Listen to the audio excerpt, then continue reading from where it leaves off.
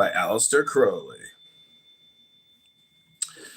One group abuses them with almost irrational violence.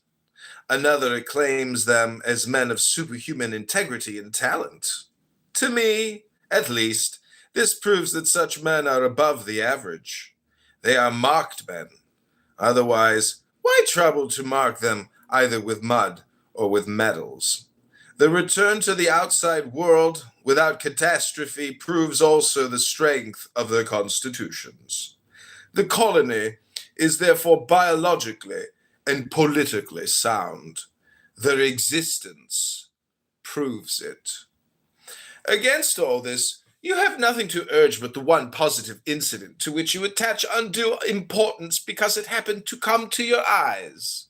I admit that the boy who partook of the dish was severely affected thereby, but some of his symptoms, particularly on the moral plane, appeared to me somewhat enviable. The natural savagery and carnal pride of his tribe were replaced by nobler dispositions. But with regard to the less pleasing results, I must point out that you are assuming that the fish which he ate is identical with the diet of the colony in the bottomless pit. I deny your postulate. The dish which was offered to him was concocted with alien substances. It was made deliberately seductive by the salesman, and I have the strongest suspicion that it was drugged in order to induce the habit. He snapped the lock of a box and stood up as if to challenge me. I filled my fourth glass. I cannot deny the force of your reasoning, I muttered unwillingly. You seem to have a good deal of sense in your way. He replied that a man who had spent his life in stuffing beasts and birds, unless he was a perfect fool, was bound to develop a strong logical sense in matters relating to the adaptation of beings to their environment, as also in tracing the incidence of accident in any individual. There is much to be said on your side, he went on without a flicker of pleasure at my compliment, but it is the worst drawback to the progress of medicine that doctors are obliged to generalize from an insufficient number of cases. There is no such thing as gout. Every man that you call gouty has a disease of his own and requires his own private remedy. When you class every man with a swelled toe as gouty, you are only in one degree less quacks than the scoundrels who sell panaceas. The better your specialist is, the more fully he acts on this fact. He studies each case as if he had never seen anything like it before, and is much more concerned to note differences than similarities in his patients.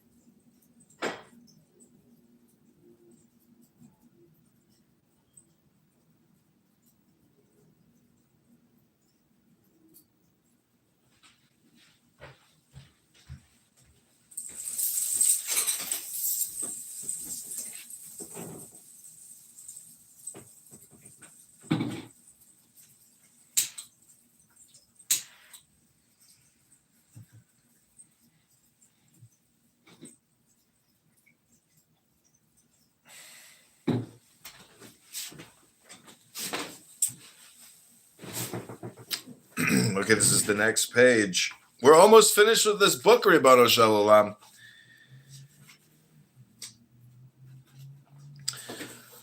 I hummed and hawed a good deal before I could bring myself to grunt. Go on. I will come to the point in a moment, said Green with brisk boldness. It was evident that his enthusiasm was making something more like a man of him. All fanatics have their fine moments. The creed acts like a tot of rum on a shivering sailor. Segregated communities are worth study. Take the biggest, China. The policy of excluding foreigners and venerating their own teachers kept them in peace and culture for 3,000 years.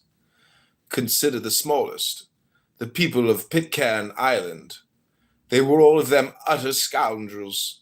Yet as soon as they found themselves free from external pressure, they became a most virtuous community. What corrupts societies is meeting with new conditions to which they cannot properly adjust themselves. No sooner was China open to commerce than corruption attacked it. Until now, the catastrophe of its civilization is practically complete. The stranger acted as did smallpox in the South Sea Islands or did gin in West African kingdoms. It is notorious that small, secluded villages, whose contact with their neighbors is rare and casual, are free from all manner of crime. In cities where conditions are constantly changing, the biological failures take refuge from the weakness in various forms of iniquity. Our folk in the pit over there have been out of touch with the world's progress for all these centuries. It is evident to me that they must have adjusted themselves to an almost crystallized code of culture. They must have developed in the way most suited to their character without the slightest hindrance from without. They have had no new problems to face. They must have established convention and custom, of whose beneficent influence they are absolutely certain. On these grounds, I am prepared to stake my reputation as a naturalist that they have become almost a separate species of man, as distinguished from us as a cultivated strawberry is from a wild one. The progress is probably limited to certain narrow lines, but on those lines, believe me, they are what Huxley is to the Hottentot. Our progress in Europe has been by snatches. When people were weary of wars, the civilization which we are going to explore must have become immune from considerations of necessity in its first century of existence. It may well have devoted its energies ever since to a continuous course of well-aimed ambition. I broke in. You forget about the segregated communities of monks in the Middle Ages. They don't seem to have got very far.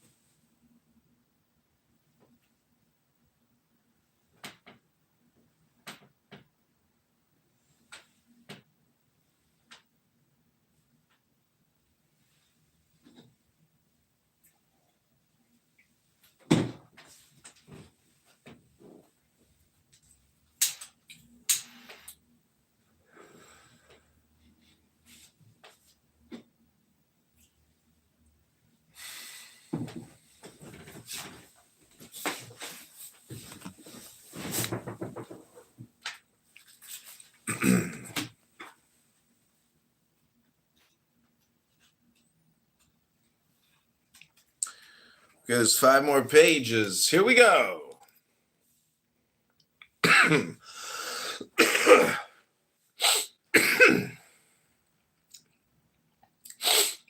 They did in the way, he retorted. Besides, they were pledged to a purpose which had nothing to do with the actualities around them, and they were not really a species, for they excluded women and children. One more point, Doctor. These people have lived all this time on a diet extremely restricted. They cannot be familiar with many condiments.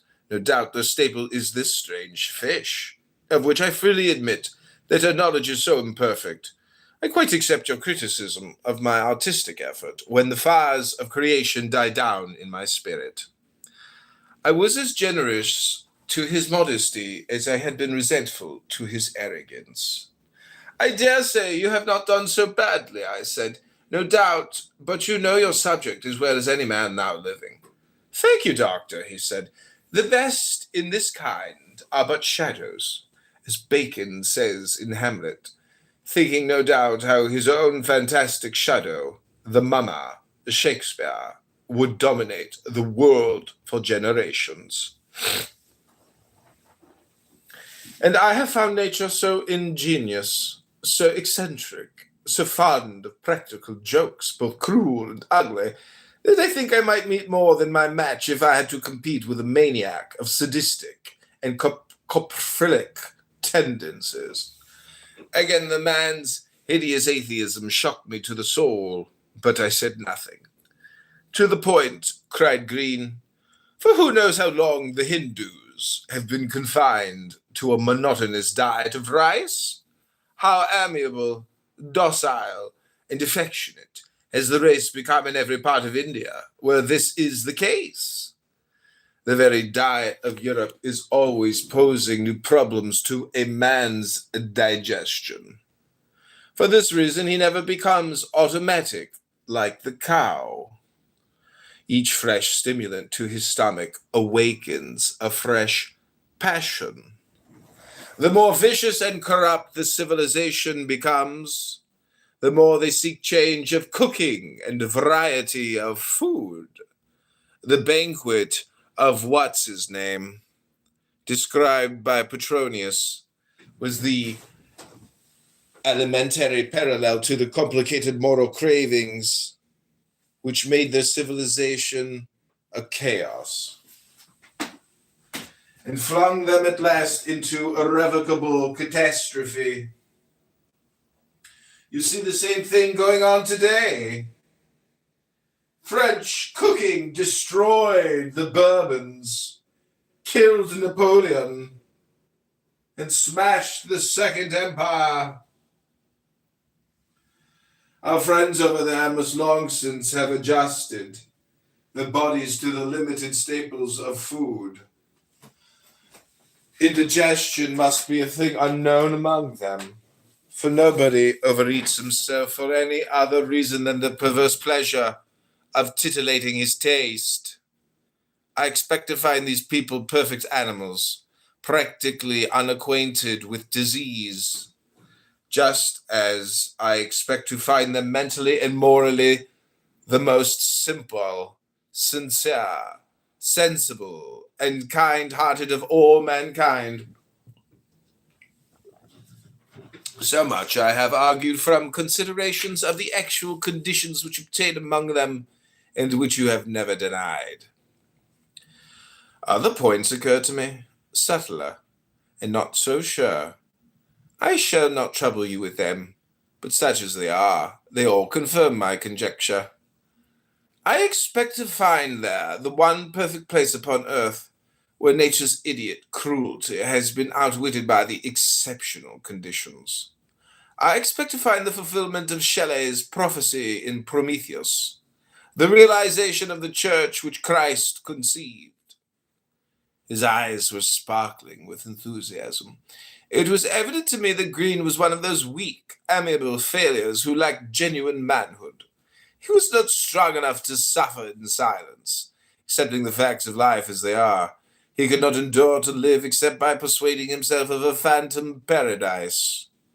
Also, he was even so slack in the spine that he could not accept the true and actual paradise which our Lord won for the fallen sons of Adam by his own supreme sacrifice on Calvary.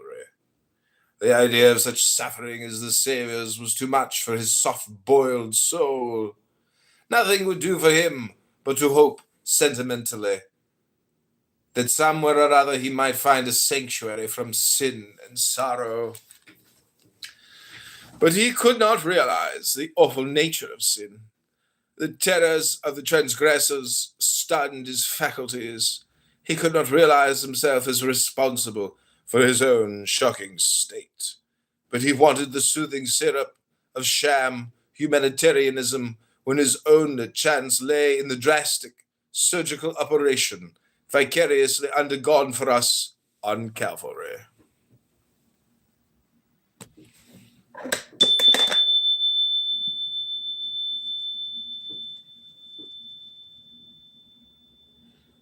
Hello? Hello?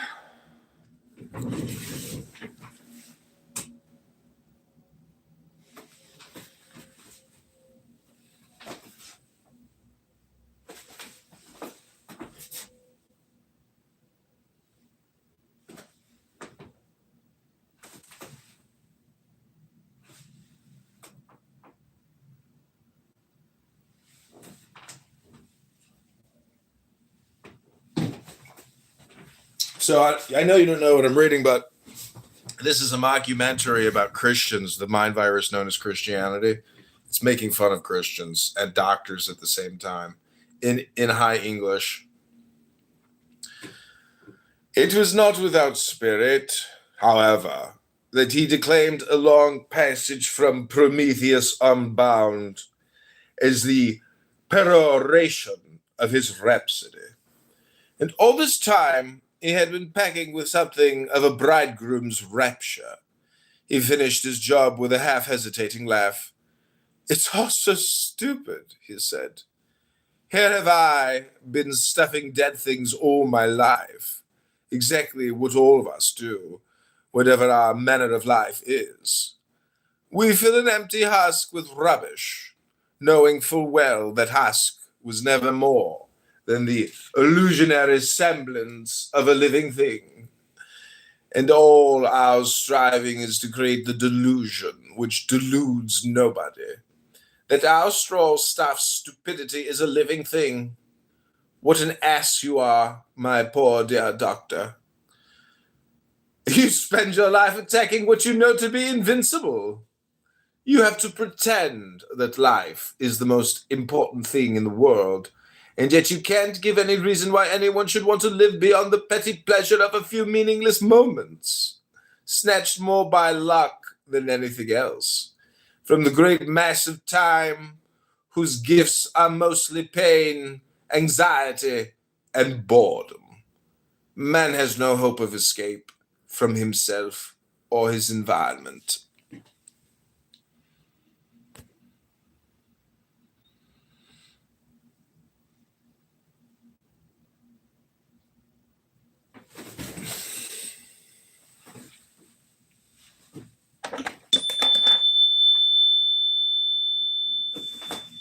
Hello?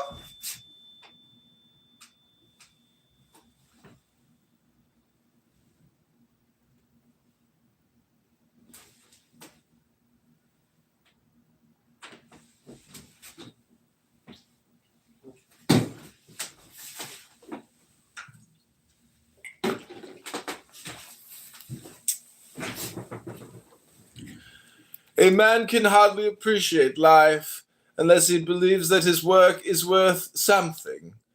And a man who weighs the facts of nature from any scientific standpoint soever knows what an atom he is. He cannot even define what he himself calls good, except by the most ridiculously childish standards. And you, instead of letting him die sensibly, when his body tells him that his time has come, you stuff his skin with spurious life, you pretend to cherish his health, and your success merely means that you cheat evolution. You save the ailing child for motherhood. You discipline the drunkard till the suppression drives him mad, and the civil war of his soul is perpetuated in peevish and enervated posterity. You prevent the elimination of the unfit, and overcrowd thereby the world until the economic law, which you ignore, eases the strain by war and takes its toll of the strongest At the price of the weakest of whom you are so proud, you confer artificial immunity against various diseases with similar results. Your crazy cunning crowds the cities and depopulates the country. You starve the strongest stocks and coddle the least worthy. In the last century, you have rotted almost the whole human race. The will to live which made it has meant nothing to you. Natural protection earns you nothing. You despise it. The fittest means to you the fittest to pay fees. You have made all men equal by vaccines and by poison gas. You have destroyed the stamina of men by easing the ordeals that approved the vital aristocrat. The world is full of invalids. You will not let them die. The children will be crippled past your coddling, and these, if they bear children at all, will bear degenerates, doomed to die out as any other race must die as soon as the conditions under which it throve are replaced by artificial devices. There was a wise man once who saw that his ass was tired after a hard day's work, and pitying it, cut off its legs.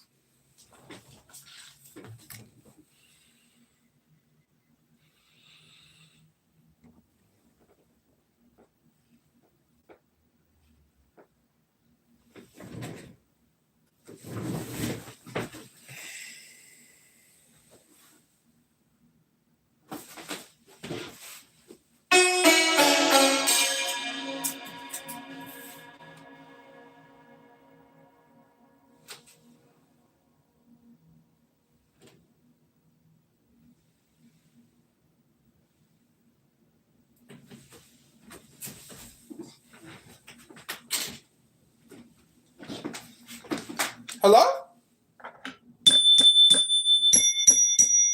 Hello? Hello?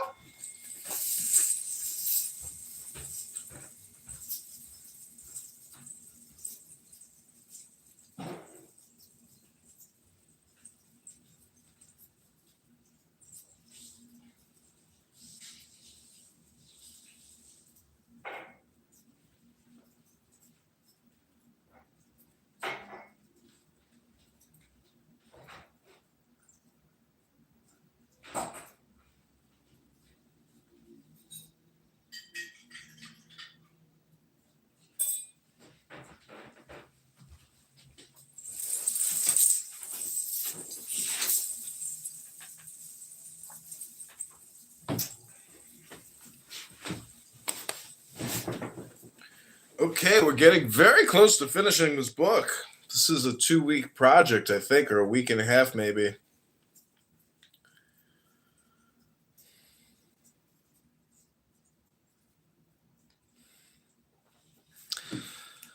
I was thoroughly tired of this interminable tirade that it was one more peg in the bottle of brandy. So I mixed myself another, thankful at least that the follies of this faddist took my mind off the preoccupation with tomorrow's business. But it was too much to hear him call down doctors in this wanton way. I reminded him of my profession somewhat sharply.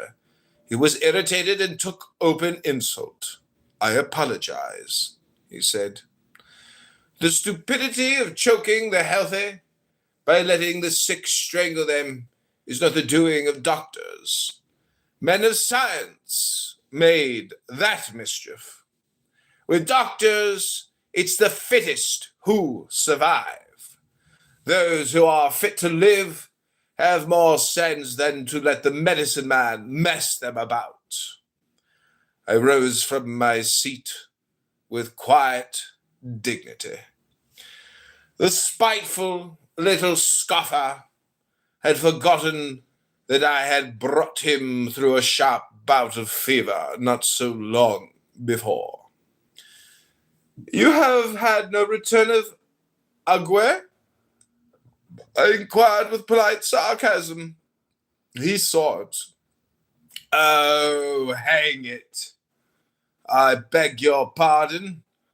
I let my tongue run away with me, like the hysterical creature that I am. But I'll stick to my guns for all that.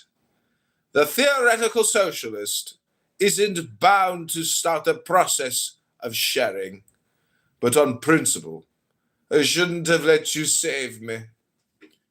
Mr. Green is grateful, but his private philosophy is scandalized.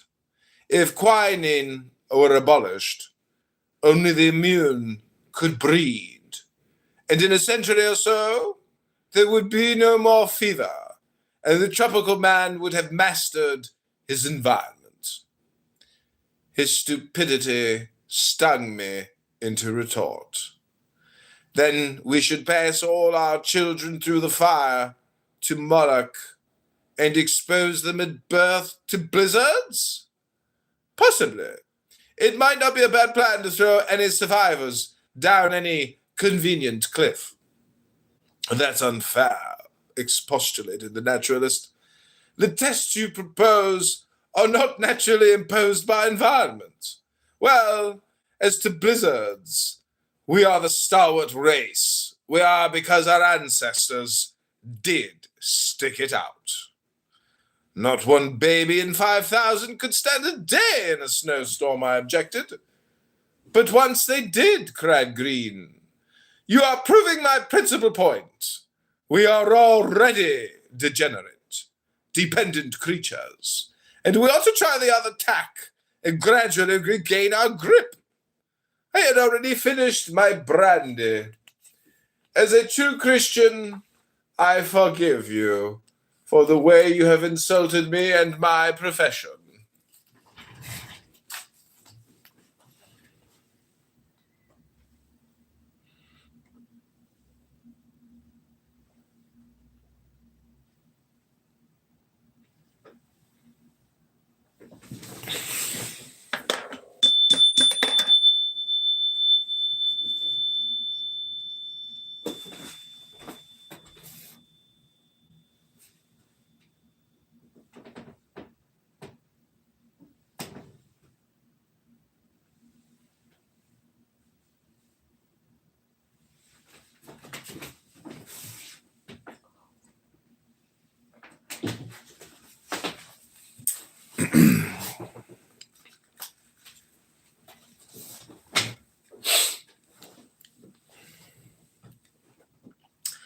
As a man of science, I pity your ignorance and your prejudices. As a colleague in this desperate venture, I trust that, fit or unfit, you will survive the arduous perils that confronts us, so that I may shake you by the hand very soon on the shores of our Christian, civilized, cultured, and cherished country. Let's have a peg and drink to dear old England, and God save the King. I'm sorry, said Green. You know I'm a teetotaler. I shall never go back to England. I hate the beastly place. All snobs and snatchers. I'd rather go to the bottomless pit in Revelations. If this place here is what I think, it shall settle there and never hear the word home without a shudder. Then back to the murderous hypocrisy and respectability of dear old England, and be torn by wolves that think a pigeon's feather in the air disguises them sufficiently as demure doves of Venus. As for God save the King, I'm a Tolstoyan. It's nice to have you forgive me, though I wish you hadn't done it as a Christian. My sin is to exist in this atrocious universe. I gladly accept your pity, though I wish it wasn't that from a man of science who usually shows it by cutting up dogs alive or testing theories on pauper patients. As a colleague, I reciprocate the goodwill of your wish by my survival. Although it seems a doubtful pleasure to survive at the price of being more cruel, more cunning, more selfish, more unprincipled than those about me. His emotion was perfectly genuine. Perhaps owing to the brandy, I was inclined to catch the infection. My dear old chap, I said, patting his shoulder, you do collect the crumpet for contradicting yourself. Every 2 bally minutes. You called me down just now for helping chaps with nice weak characters and constitutions to outlast the gorilla type. Old gent. Oh, damn it, said Green. The worst of all my troubles is that you are so infernally reasonable. So hellishly right. So filthily irrefutable. I'm bound to contradict myself. If I tell the truth all the time, that is the climax of the curse. If I refuse to be the big blonde beast with brains, savage and strong, subtle and supple, crafty and conscienceless and clever, as I must be to survive, the very pity, sympathy, or even social sense of the belief that solidarity is safe, my morally superior act does not save suffering in the long run. Each individual is weakened by my loyal support, and the more we love, the more we injure those we love. What devil posed this hideous dilemma?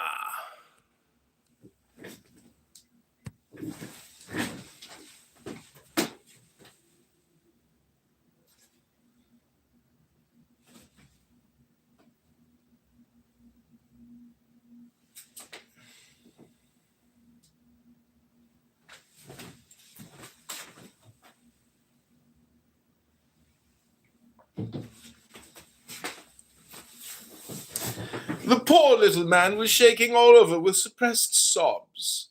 Curse your quinine, he almost screamed. Why didn't you let me die? I'm not fit to face the facts as I see them, and my weakness infects everyone within the sphere of my influence. I hate myself. I hate my life. I hate all life. How can you bear life? You are not blind or heartless. The reply was, of course, absolutely simple. I was able to point out in a few pungent phrases that the horns of his dilemma were the horns of the devil who made it, that sin was the cause of all suffering, and the way to salvation free to all, opened wide at the most timid knocks of the weakest and weariest wayfarer. I confessed with calm, solemn sincerity that I was a sinner as he was, but by one simple act of will I had believed that I was now a sinner saved by grace. I pleaded with him with all the passionate pathos of which I was capable. I told him how Satan and sin had been conquered by the Savior, how there was no more sorrow possible, but only joy for me and such as I. He looked bewildered. And yet I thought I had put it in the plainest language. At last he stammered out with puzzled pain in his weak, watery eyes that seemed entirely innocent of lust and laughter, incapable of taking his own side against the world or anyone in it. But, I still don't understand. You have been saved yourself from all this sin, but what about the others? What of your brothers and sisters who aren't saved? I smiled proudly, remembering the blessing on my labors for the Lord in China. I spend my life in seeking to save others, I replied, dropping my eyelids modestly, but with a smile that would not be suppressed stealing about my lips. But still, there must be some not saved, he urged. No doubt. What else should hell be for? Oh, well, said he, it may be their own fault to disagree with such a man as you, and be damned for doing it, but for my part, I elect to go with them and do what may be done to ease their pain. Such morbid sentiments, reprehensible as they may appear, are evidently little more than the ravings of a disturbed mind. I saw that he was excited and forbore to answer. I'm pretty strong to suffer pain, he growled. I've had a lot of illness in my life.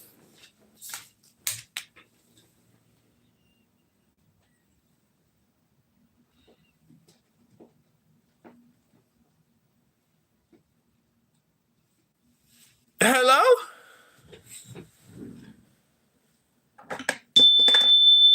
He's had a lot of illness in his life. Apparently, he had a lot of illness throughout his life. Lots of illnesses.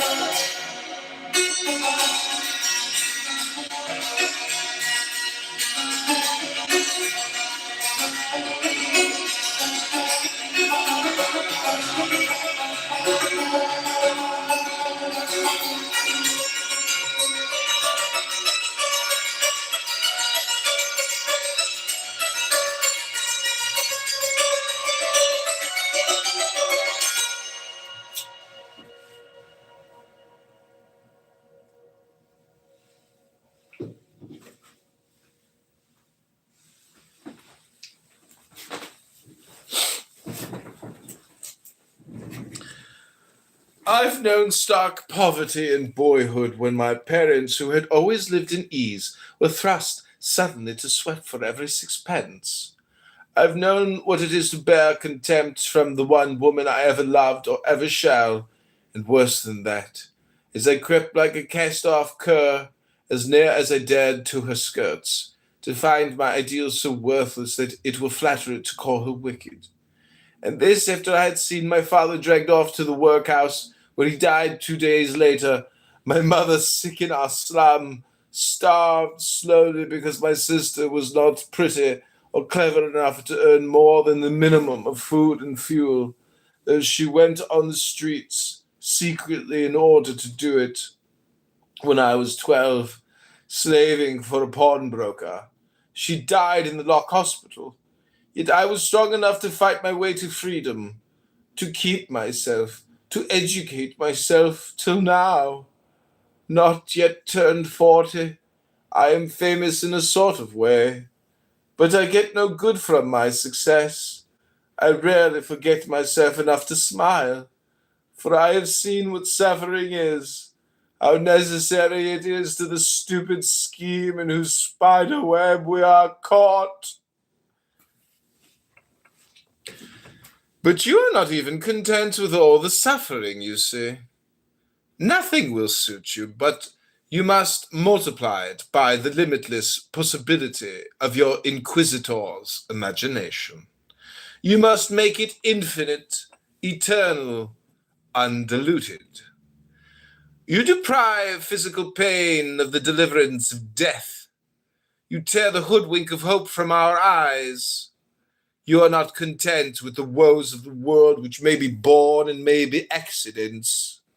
You insist on the truth of your inhuman nightmare, that every man is doomed deliberately to the destiny of damnation.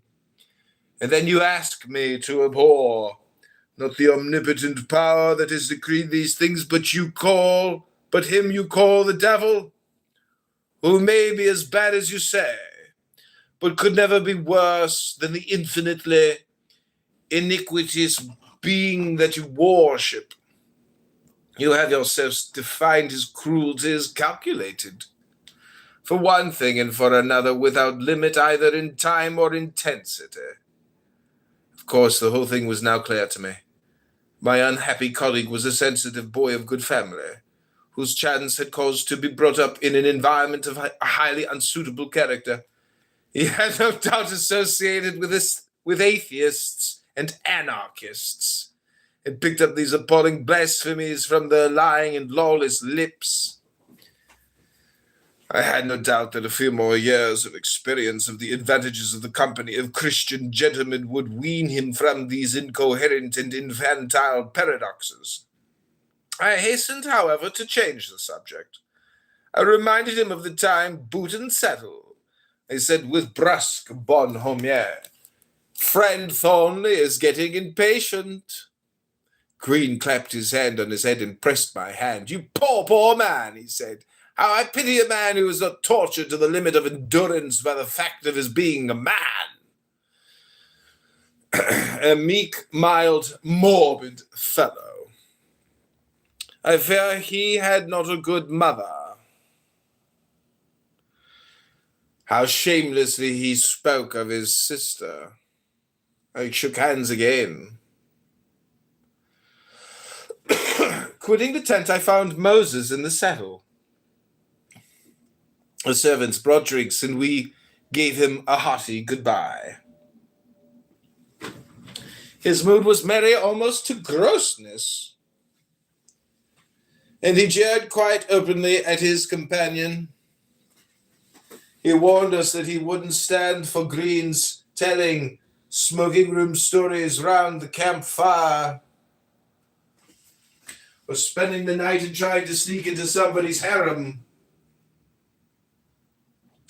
Green explained quite nicely that there would not be houses of any sort where they were going, and that he didn't smoke and never told stories, because they seemed to him a kind of drug which, by diverting the mind from the agony of existence, only made one less able to discover a real remedy for the disease. Thornley shook his head very waggishly. Green had never made such an outburst before.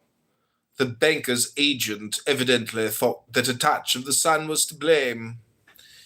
He stuck his spurs into his horse, and Green's nag accepted the challenge. 2 minutes later, they were scarce to be seen in the distance. Lyle and I watched them in silence till their forms dissolved in the dust. "I wonder," he said, "if we shall see them again." What do you make of Green?" I said earnestly, for the miserable creature had impressed me despite myself. "I have heard him talk," replied Lyle. "There is one part of my mind that agrees with every word he says, but that is only one part of my mind, and his presentation of facts is only one facet of them. Apart from Christianity, I ventured to observe, I confess I see no solution. If you accept his statements as correct." "Follow my previous remarks," returned our leader. "His complaint is simply that suffering exists, and he claims that this suffering is universal, that existence is evil and aimless. But this thought, which expresses his suffering, is a state of consciousness. If he doesn't believe in immortality, suicide would end at least his share in the mischief. If he does, he must figure out some way out on the lines which Buddha did. But if his state of consciousness ever said were valid, it would be universal, for it is quite absurd to insist that a man is suffering when he is evidently enjoying himself to the utmost."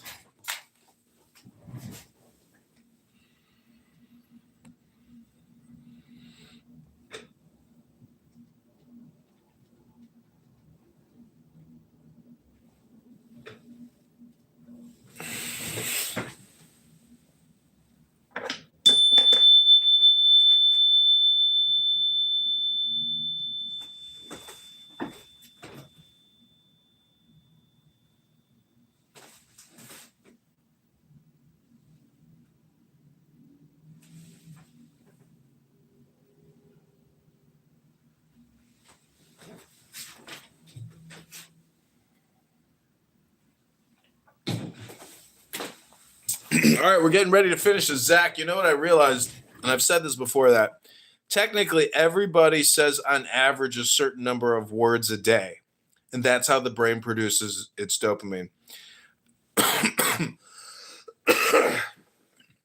The good thing about reading a book is you are essentially doing the same thing. You're just creating the dopamine by doing your average words, but you're using words that aren't yours. So there's a huge difference between reading out loud or reading silently. Um, Basically, people should just come here to read books to get their dopamine, because it's funny that we call it dopamine because it really is for dopes. You know what I'm saying? So, like, if you want to dope up, read a book. Hello. And then you're doing the opposite of being a dope. You're actually helping your dope situation by getting your dope by reading a book out loud. It's genius. It's genius.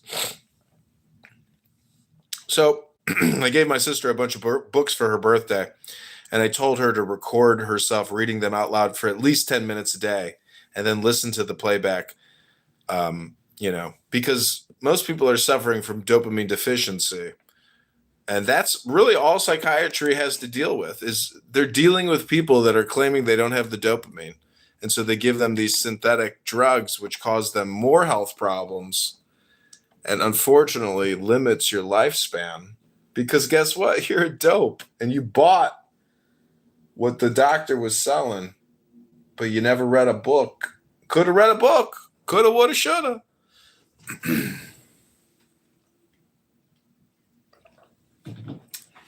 I've got bipolar because I have a chemical imbalance in my brain. Yeah, that's right, dope.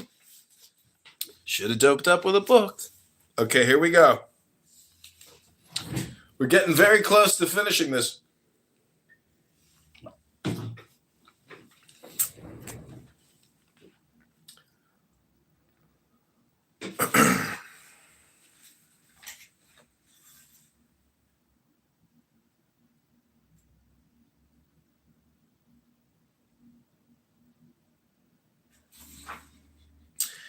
But if this state of consciousness ever said were valid, it would be universal.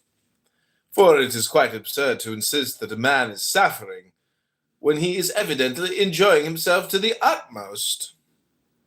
And if this consciousness were even a common experience, it would put an end to all activity, which we observe not to be the case.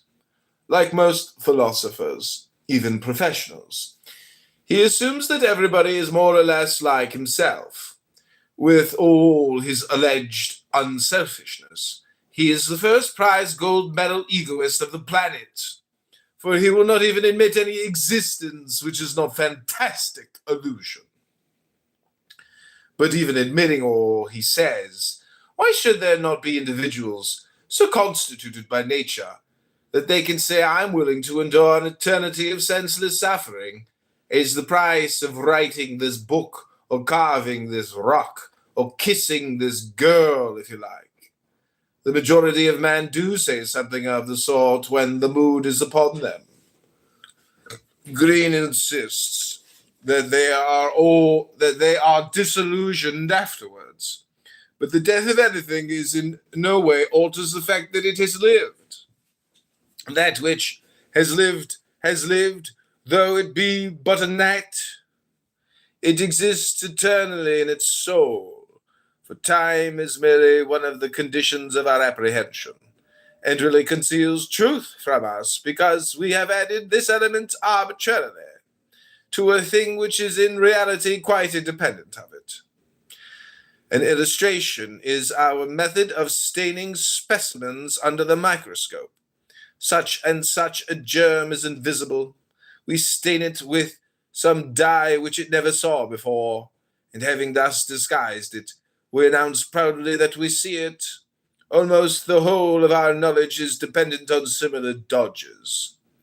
No one knows what a straight line really is. All definitions of it are merely statements of its relation to certain other equally incomprehensible ideas. We must try to the infinite variety of nature even as we see it by means of these dyes and lenses of ours by which we color and distort it in order to give ourselves the trouble of deceiving ourselves as to its nature. We know the psychology of joy. It is the free expansion of what desires to expand, the release of a strain, and so on. In this universe, there is so much room to use, so much conscious freedom which ignores the complex laws which determine its action in reality. That joy must be the rule. There is very little motion which our experience does not tell us to be associated with pleasure. And nature is made of matter in movement. What does not move can hardly be said to exist. At least we know of nothing that is not in motion. Thornley has just as much right to his picture of things as poor Green has.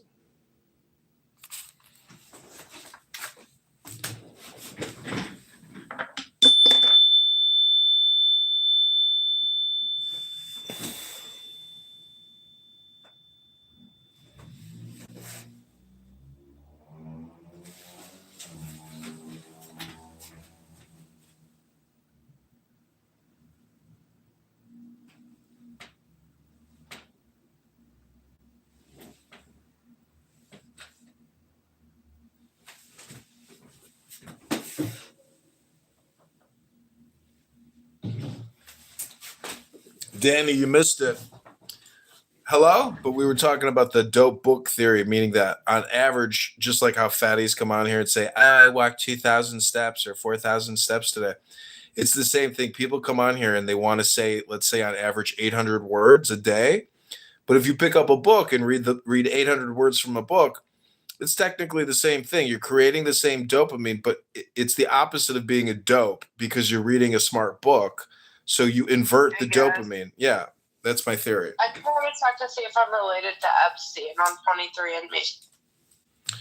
Well, that's, 5 words from your 800 words for the day. If you get a book, you could read it here. Hello? Hello? I was just thinking I need to offer you, but you said not to. No, go ahead. I really don't know it.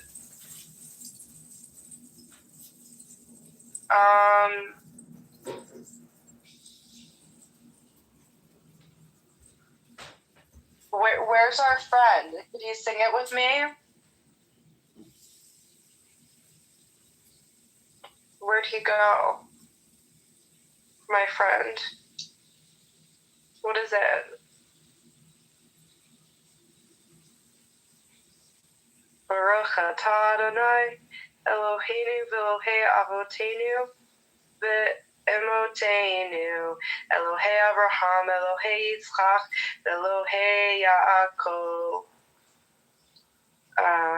Ha'el Hagadol Hagibor v'Hanorah El Elyon Gomel Hasadim Tovim Bekonei Hakol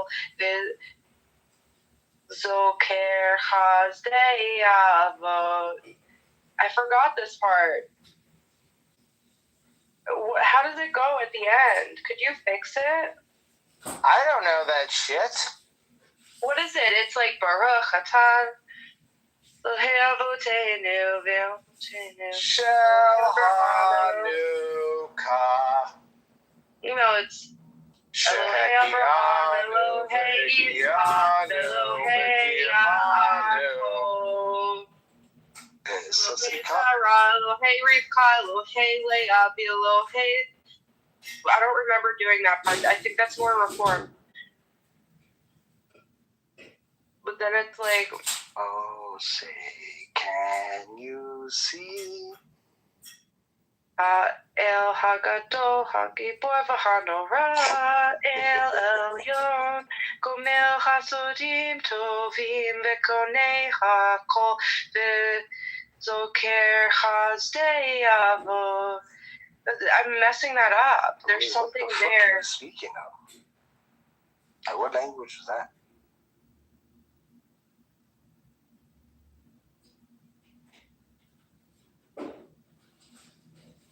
Was that Chinese?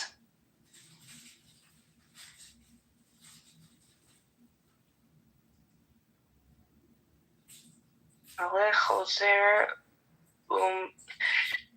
Ozer U Moshiach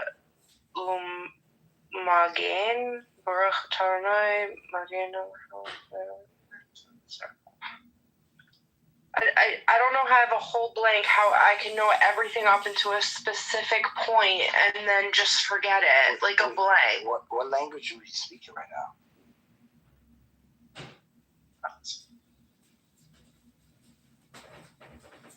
Damn. I think, am I missing something? Hello? Modim anachnu lach.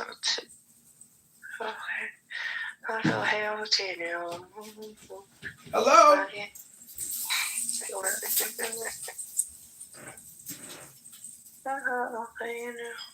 Oh, say, can you see, brother? Wait, are you gonna?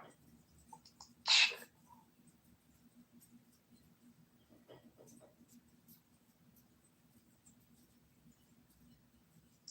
Once so proudly we had at the twilight's last gleam, and the bomb. Shit, come on. Hello? Danny, help me out. Hello? Yeah, what's up, man? Hello? You sound like you're stuck in a washroom. Oh, Shalom Rav there. Shalom Rav, Yisrael Emcha, Tasim Leolah. Wait, are you Israeli? Shalom Rav, Yisrael Emcha, Tasim Leolah. I can't do the next part. Ki atahu melech adom. Lechol shalom. Yeah, that sucks. Nice. Somebody in another room wrote, Dr. Dope and the synopsis. Ben. Ben is a longtime listener. Ben is usually driving in his car in New Zealand while he listens to the John Kitover podcast. Thanks, Ben, for being such a longtime listener. Ribono Shalom. Danny, great singing there. That's the type of dopamine you're looking for. And so really what I'm saying is most people should be selfish. Just come on here and talk and then just leave. Because what you really actually need is your dopamine. And that's the final synopsis. Hello?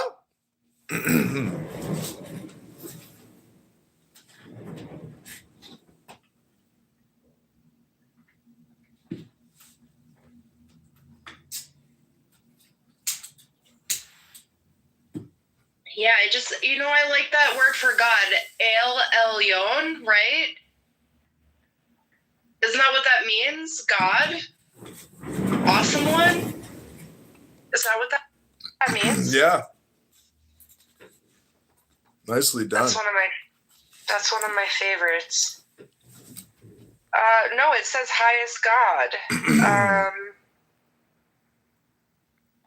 But it is a great name.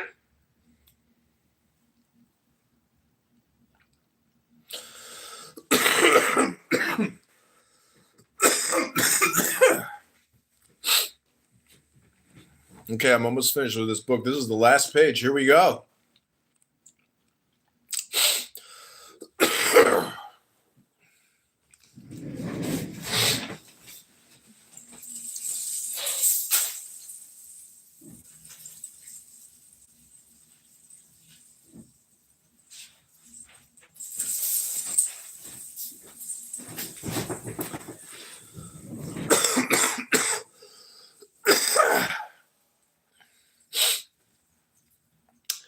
There is just one corner of me which agrees with Thornley.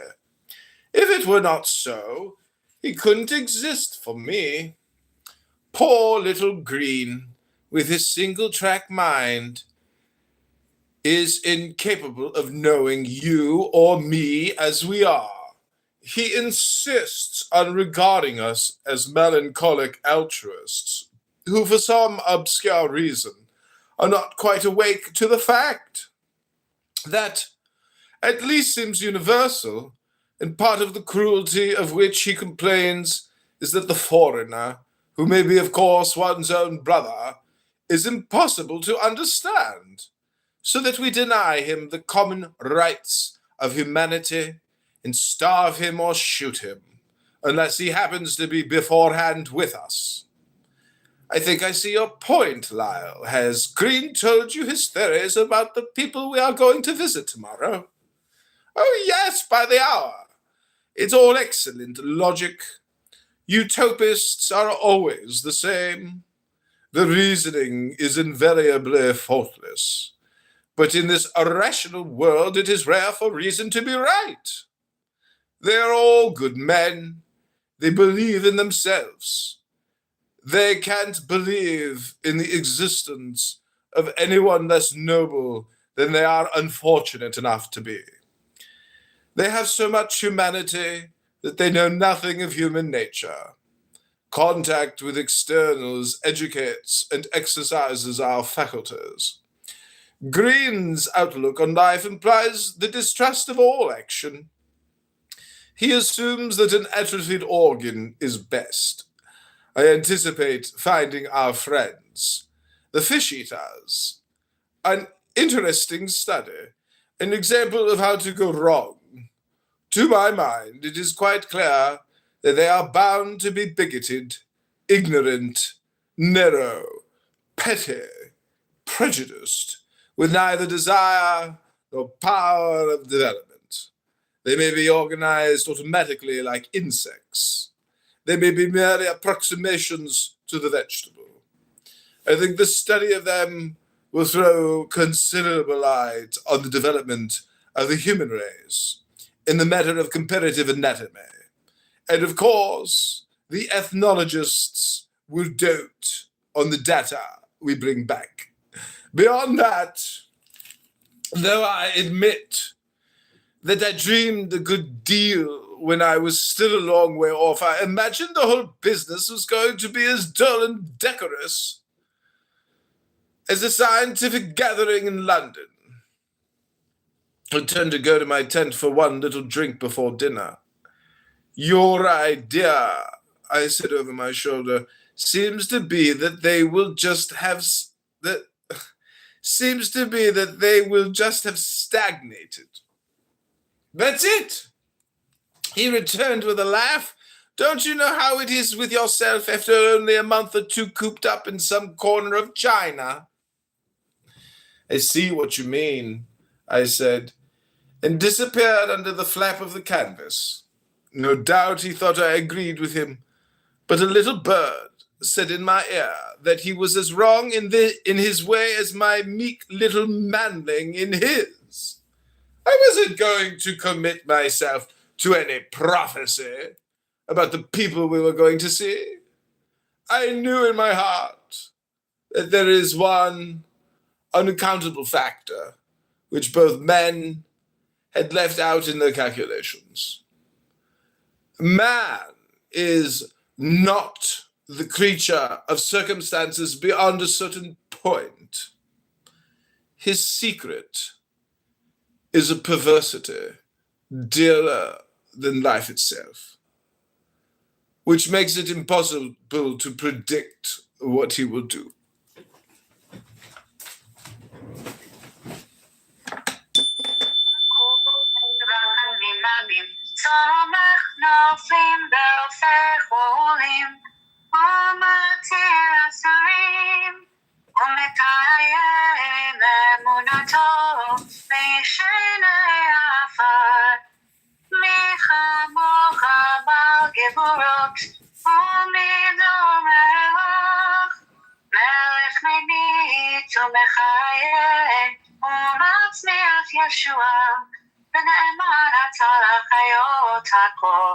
Baruch atah Adonai on page 52 towards the middle, we read, "You are holy. Your name is holy. And those who are holy praise you every day. Blessed are you, Adonai, the holy God." Baruch atah Adonai avocados.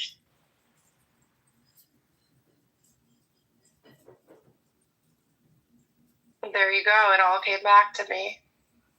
But I didn't sing that.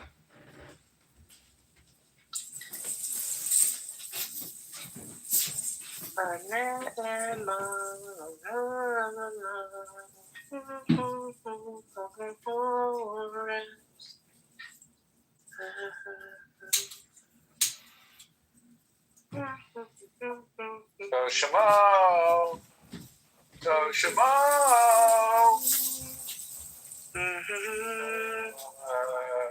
God. How many Epsteins do you think I got on here? I know how many. Take 2 Epsteins and call me in the morning.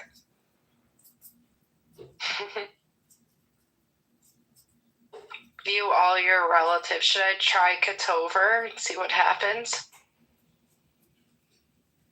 Did you 23andMe yourself? I got a Kitnick. I don't got a Kitover. Kitover, John. Sesame Street song. John Kitover. Okay. I got a single Epstein. You guys are perfect. You guys are perfect for this. You guys just listen to me read what's called The Fish. And my friend, I think you would agree, it's pretty interesting and intelligent. Yes or no? Yes, but I'm about to go teach the kids jiu-jitsu. I'm related to someone named Jeff Epstein, but I don't think it's the right one. He looks slightly different.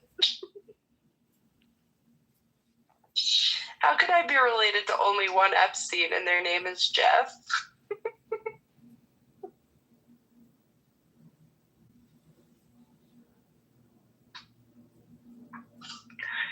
Oh my God. I'm so sorry.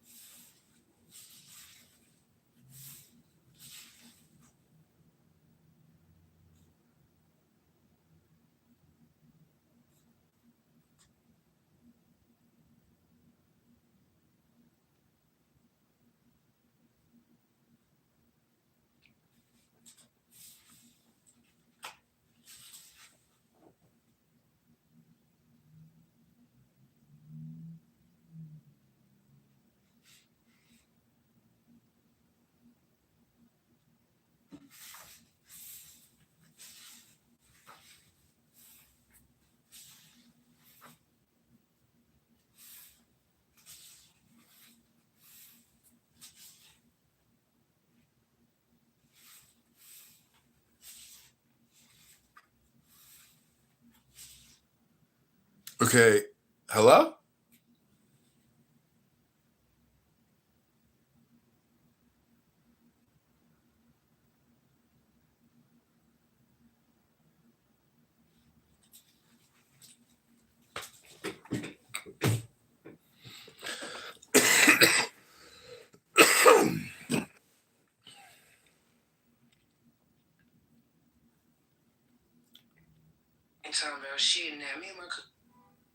Hello?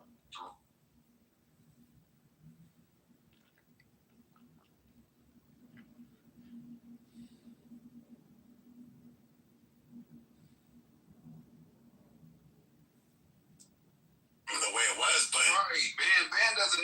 One second, I'm gonna give it right back to you. But Ben, I don't think it's fair to make the comparison, and you don't have to put one thing. It's like the people that go overseas, that divest and go overseas. What are they called? The travel bros, the passport bros. That's what I'm looking for. Right? If the student is going overseas and finding a woman or the prostitute that they want to be with, because that's what they're really going there for. They're not going there to find a wife. They're going there to find a prostitute. But anyway, they have to put down the American woman before they leave. You know what this brought back big shoulder bitch right here is